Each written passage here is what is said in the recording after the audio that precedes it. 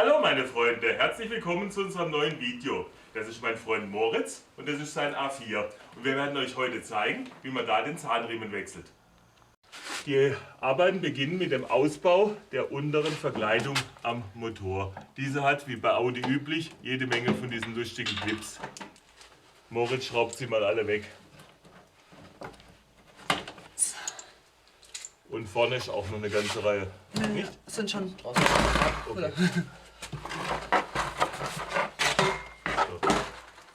Im Innenkotflügel ist eine Torx-Schraube T25. Die muss jetzt auch entfernt werden. Und da oben sitzt noch eine zweite Torx-Schraube.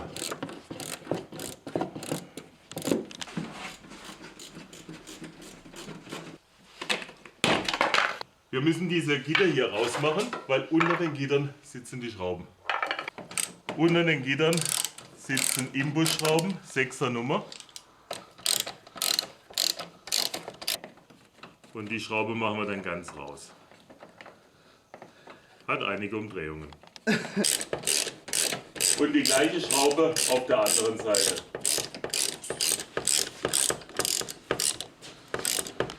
Zieht den Kotflügel nach unten, nach vorne weg. Okay. Oben am Schlossträger sind zwei Kreuzschlitzschrauben, die den Luftkanal zum Luftfilter halten. Die zwei Schrauben müsst ihr wegmachen. Die Verkleidung könnt ihr ausklipsen und dann muss der Kanal nach hinten rausgehen.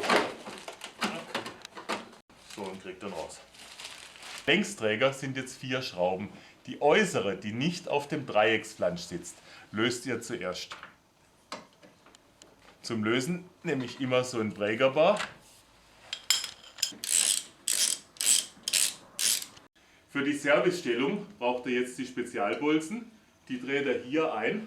Ihr könnt hinten fühlen, wenn sie am Gewinde anstehen. Das reicht.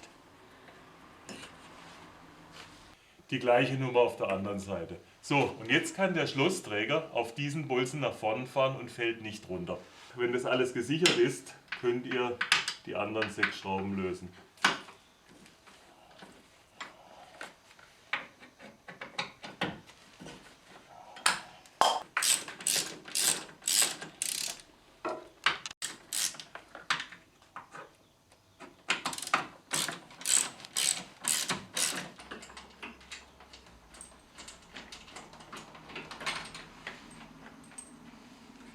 Unterm Blinker sind 2 weitere Schrauben, nicht die direkt am Blinker, sondern die, wo den Träger hier mit dem Querträger verbindet. Die müssen auch auf beiden Seiten raus. Oben sind links und rechts auch wieder 2 Torx-Schrauben.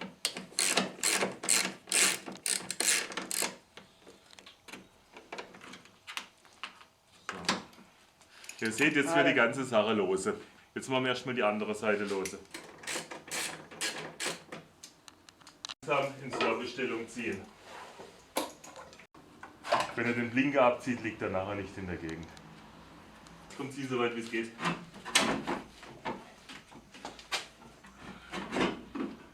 Okay. Ja, da ist halt der große Was ist da? Kühlwasserschlauch, der ist ein wenig störrisch, deswegen zieht Erste weg. Und da unten noch die Verkleidung, weil die steht hier an, dann sieht man besser. Das Fahrzeug hat eine Klimaanlage und die hat hier einen Spanner sitzen. Den Riemen müssen wir zuerst ausbauen. Das heißt, hier dreht sich, das ist die Pivotschraube. Hier ist die Betätigung von Spanner. Das ist ein 16er Sechskant und die Schraube, wo im Schlitz bewegt ist, die da hinten. Immer zuerst die Pivotschraube lösen. Die Pivotschraube wird nur gelöst, das muss ich ja nur drehen können. So, jetzt können wir die Stellschraube und jetzt seht ihr, hier ist die Entspannung von dem Riemen. Jetzt ist er ganz lose. Nachher ist er eben weg, machen wir den Spanner jetzt komplett raus. Die Spannrolle war unten rechts. So, wenn der Spanner ganz außen ist, habt ihr auch viel mehr Platz mit dem Riemen. Was fürchterlich im Weg ist, ist dieses Lüfterrad und das hat von vorne 5er Imbusschrauben. Das müsst ihr gegenhalten. Und dann müsst ihr die einzeln suchen. Die macht das schön alle lose.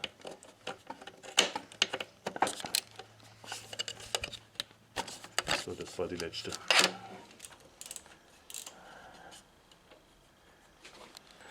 Wenn die letzte Schraube außen ist, könnt ihr das Lüfterrad rausnehmen. Jetzt haben wir doch schon deutlich mehr Platz. Ihr drückt den Spanner ein bisschen weg und dann hat sich der Fall schon erledigt. Jetzt kommt auch der Keilriemen runter. Also der klassische Keilriemen, wo Lichtmaschine und so weiter antreibt. So, dann fädelt er das Teil aus dem Auto raus. Hier seht ihr mal, dass der total fertig war. Der Riemen ist noch innerhalb des Intervalls, aber das scheint eine miese Qualität zu sein. So, der Spannarm hat da oben 3 Imbusschrauben. Die machen wir auf und dann können wir den Spannarm entnehmen. Immer schauen, dass er gut drin sitzt. Habt ihr gesehen, da war Dreck drin. Wenn er nicht drin sitzt, ist das Ding gleich rund und dann haben wir ein Vergnügen. Wenn die letzte mal raus ist, könnt ihr den Arm entnehmen. Wir haben doch deutlich mehr Platz. In der Servopumpenscheibe sind hinten solche Aussparungen. Da gibt es da oben natürlich auch eine. Und da steckt dann Imbusschlüssel rein und stellt den hier am Gehäuse an. Dann kann sich das Rad nicht mehr mitdrehen.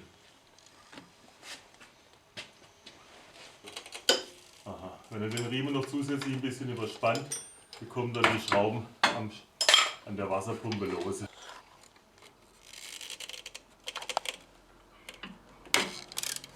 Die ist ja schon ganz schön gepfeffert.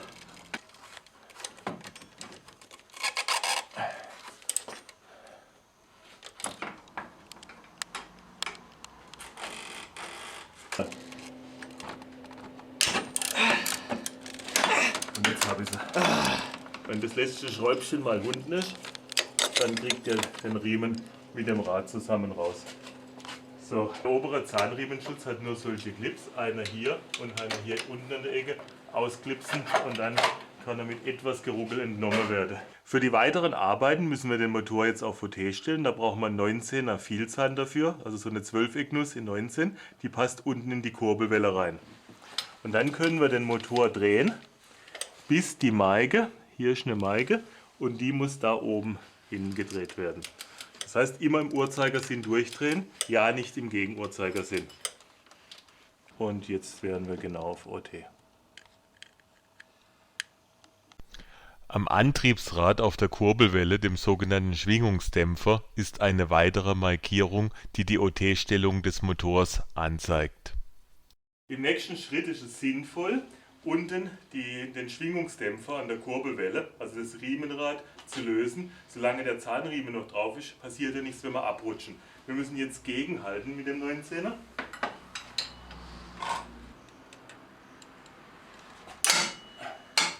Einer. Kracht ja ordentlich. Das Öffnen von den Schrauben ist immer ein Mordsvergnügen.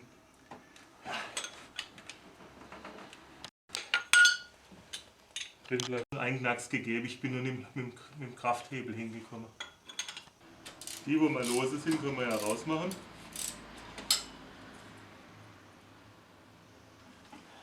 Schlagende Kraft kann bei den Schrauben nicht schaden.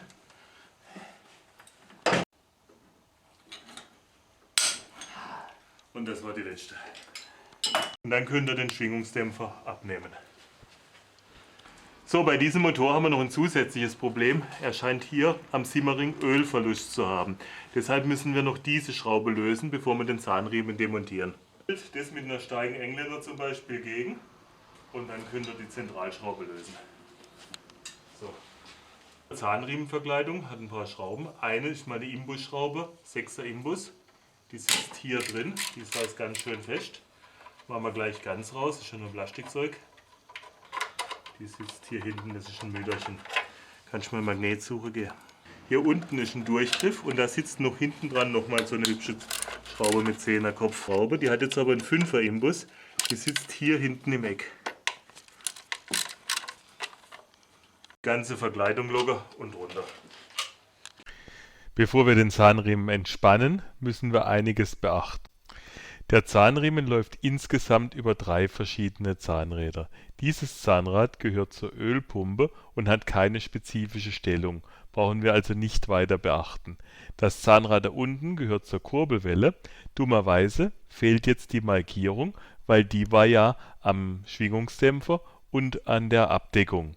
Das heißt, ich habe jetzt hier einen neuen Punkt mit roter Farbe markiert, sodass ich die Stellung dieses Zahnrads nicht verliere. Beim Zahnrad der Nockenwelle hier oben können wir die Originalmarke benutzen, weil das hintere Gehäuse ist ja noch dran. Eigentlich wird der Spanner hier so betätigt.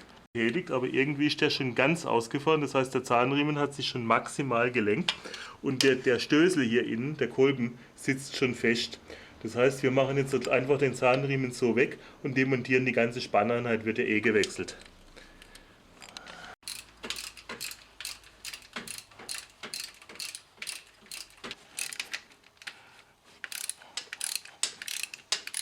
Jetzt die noch raus. Die ist schon.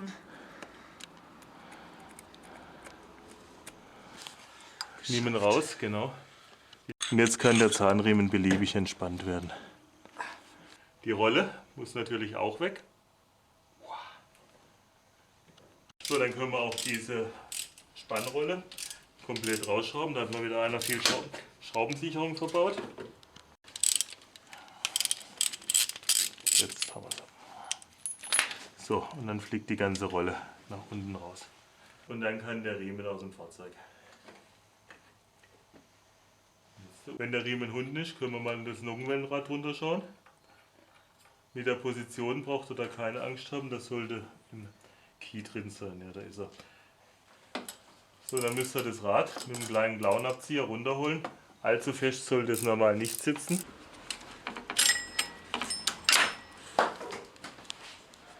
Simmering müsst ihr so gnadenlos hier rauskramen, aber hier ist es hart, da außen ist es weich, da immer aufpassen. Schön reihum arbeiten.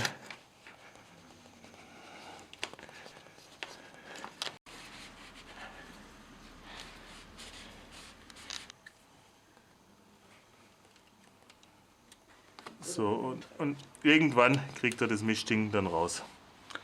So, jetzt müssen wir schauen, ob das wirklich alles sauber ist. Die 3 Tropfen Öl sind unkritisch. Das ist klar, dass da jetzt 3 Tropfen Öl rauskommt. Sauber machen müssen wir hinten dran ein bisschen. Bei dem Simmering müsst ihr die Innenlippe immer sehr gut einölen. Außen schadet den Hauch Öl auch nicht. Das ist alles kein Problem. Der dichtet ja nachher gegen Öl. Setzt ihr den schön an, ohne ihn zu verkanten. So sitzt er schon mal.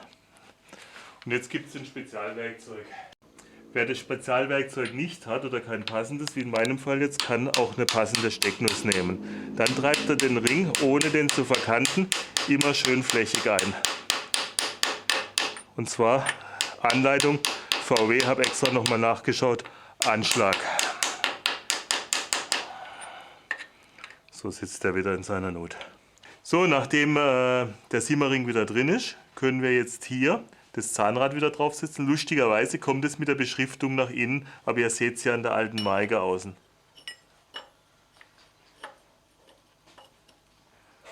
So, das drückt er einfach nur rauf, Schraube rein. Die Schraube ziehen wir erst später an, wenn der Riemen wieder drauf ist. Legt er den neuen Riemen mal provisorisch rein und diese Rolle so rum rein.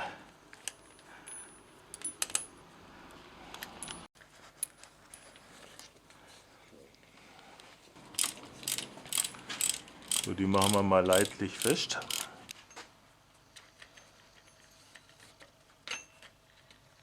Über die anderen Räder hier drüber kriegen.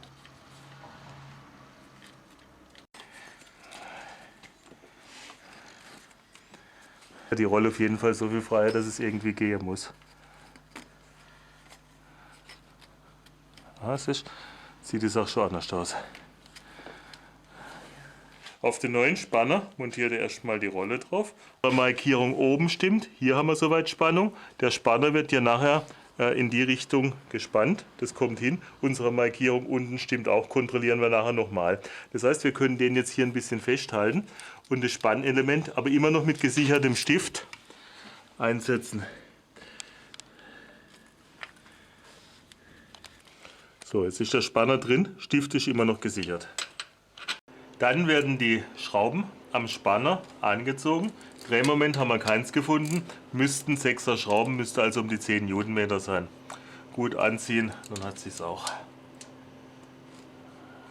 Die Spannrolle bekommt 40 Newtonmeter. Für die Spannrolle hier unten an der Ecke sind es nochmal 20 Newtonmeter. Das ist ein 8er Gewinde. Und 65 für die Zentralschraube an der Nockenwelle. So, dann ziehen wir den hier raus und wenn der Stift draußen ist, spannt sich der Riemen von alleine. Jetzt kontrollieren wir nochmal alle Meigen. Die unten könnte hinkommen, ja. Und die oben könnte auch hinkommen. Jetzt dreht er den Motor zweimal durch in dieser Stellung. Schau, ob das alles so seine Richtigkeit hat. Da laufen alle Rollen mit, der läuft mittig auf allen Zahnrädern. Das heißt, alle Distanzen sind richtig. Das passt. Das ist gut so. Und jetzt drehst du einfach gemütlich die zweimal durch. Nachdem ihr zweimal durchgedreht habt, sucht er wieder die obere OT-Meige. Ich würde sagen, einen Hauch könnte es noch, aber ja. Die unten könnte hinkommen, ja.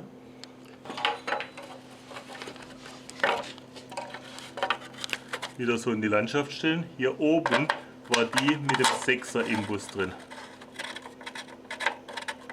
An der Seite war die mit dem die Bundmutter mit dem 10er Kopf drin. Imbus verschwindet hier in der Nähe vom Pfeil.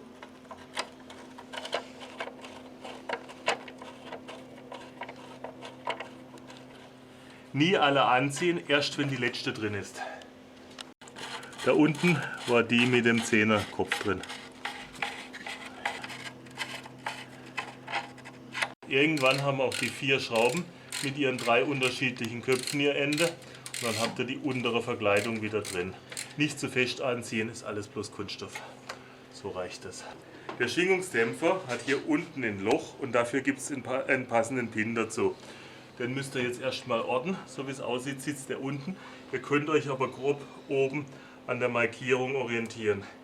Weil die Markierung muss ja nachher auch passen. Das heißt, eigentlich sollte der, wenn wir nicht allzu falsch sind, ungefähr in der Lage drauf passen. Die mal handfest so überkreuzt, dass ich die Scheibe schön setzen kann. Beginnen wir mit der untersten und ziehen die mal fest. Dabei müsst ihr gegenhalten. Okay. Dann zieht er die mit 40 Newtonmeter an. Schön über Kreuz wie die Radschrauben. Deswegen sind nämlich 4 Stück da.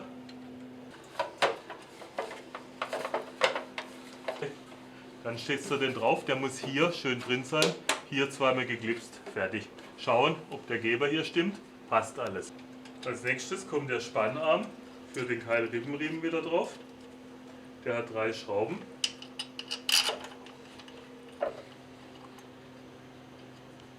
Dann ziehen wir den Spanner mit 25 Newtonmeter fest. Moritz fädelt jetzt den Keilrippenriemen wieder über alle Aggregate, wo er antreibt.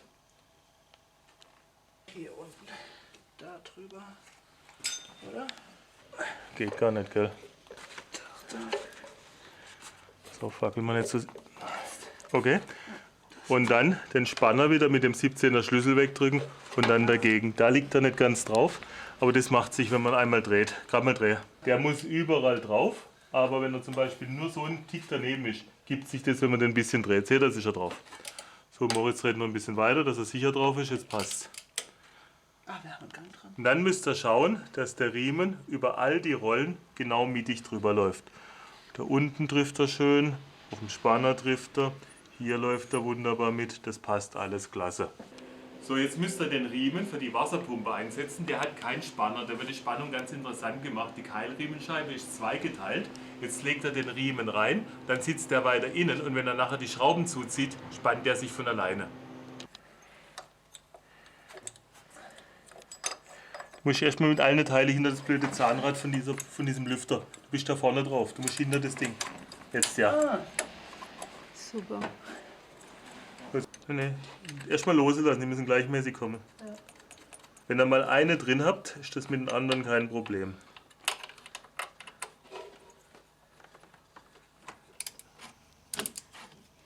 Da rutscht durch. So, jetzt zieht er die Schrauben an der Riemenscheibe mit 25 Newtonmeter fest. Aha, das war's.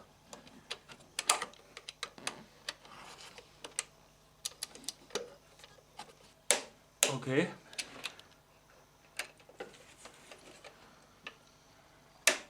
Also, das war's. Wir drehen den Motor ein bisschen durch, um zu schauen, ob der Wasserpumpenriemen auch richtig läuft. Das sieht gut aus. Alles Roger, alles Paletti.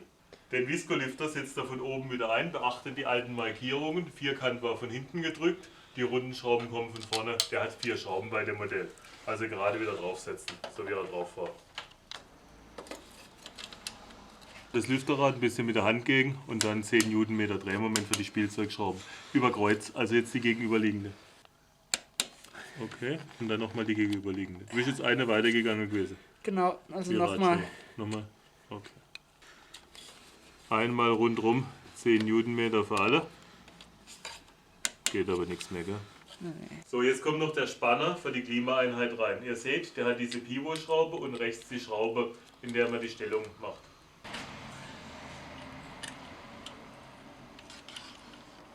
Moritz setzt ihn jetzt gerade mal an, dass er mit der locker drin sitzt.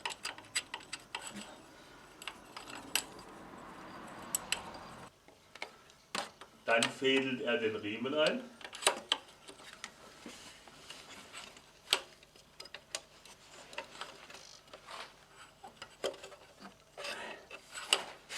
So und so dreht sich der Riemen auch drauf. Klasse. Jetzt muss der Spanner mit 25 Newtonmetern im Uhrzeigersinn gezogen werden. Jetzt bräuchte man eigentlich einen Drehmomentschlüssel mit Skala. Ich mache es jetzt folgendermaßen, ich habe den auf 27 eingestellt und kurz vor er klackt, in der Position ziehen wir es fest. Jetzt festziehen. Jetzt. Okay, jetzt gleich die andere hinterher.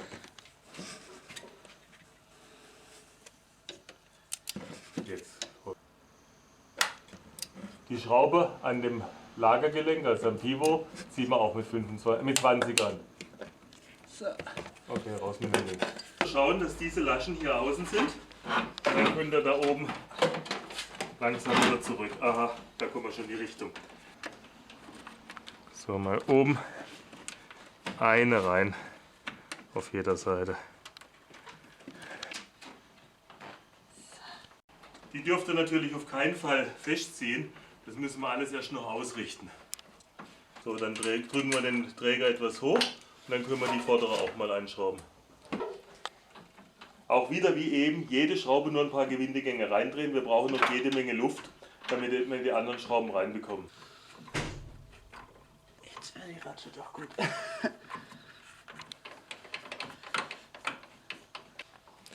Und seitlich ist auch nochmal eine von den T30 Schrauben. Okay.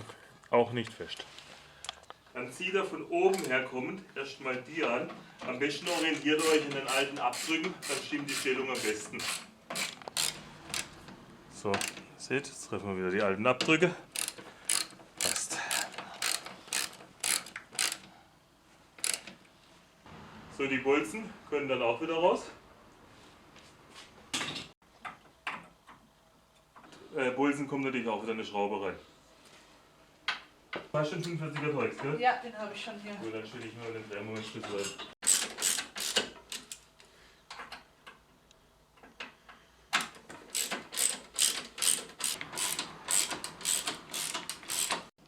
So, die werden dann mit 45 Newtonmeter angezogen.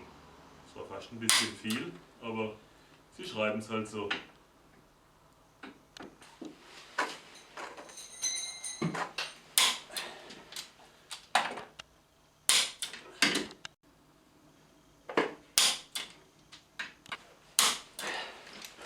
So. Die oben braucht ihr eine ganze fest anziehen, das sind ja schwächere Schrauben. So.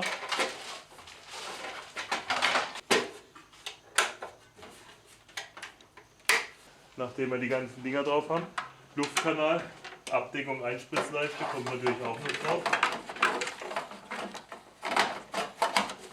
Der Luftkanal wird natürlich auch wieder zusammengebaut, zwar unnütze Teile, der Motor würde hinten ja auch Luft kriegen, aber so ist der RAM-Effekt größer.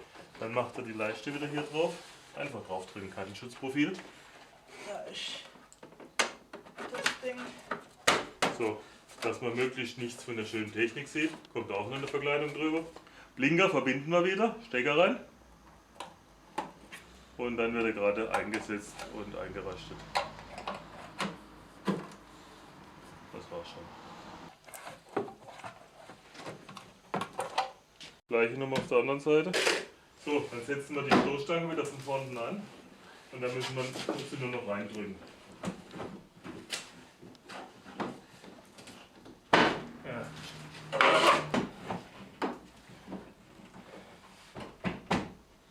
Dann kommen diese langen Schrauben von unten über die Stoßstange.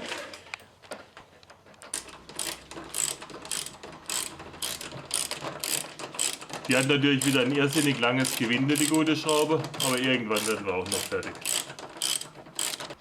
Und ich bekomme noch ihre 25 Newtonmeter.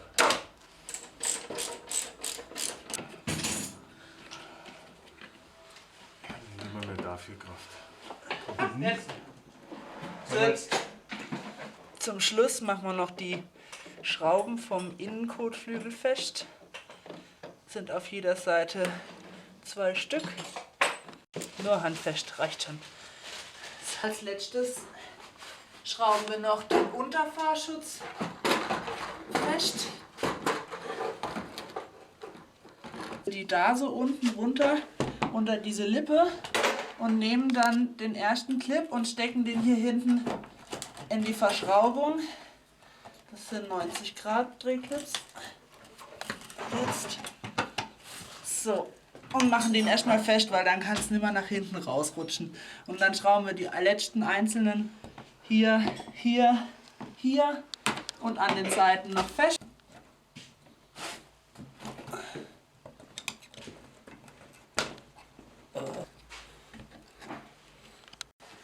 So, am Schluss gönnt sich Moritz noch die Freude und klebt den Aufkleber nächster Zahnriemenwechsel erst in einer Ewigkeit. So, wir haben es geschafft. Moritz kann wieder fahren und er hat viel gelernt heute. Also, tschüss meine Freunde, bis zum nächsten Video.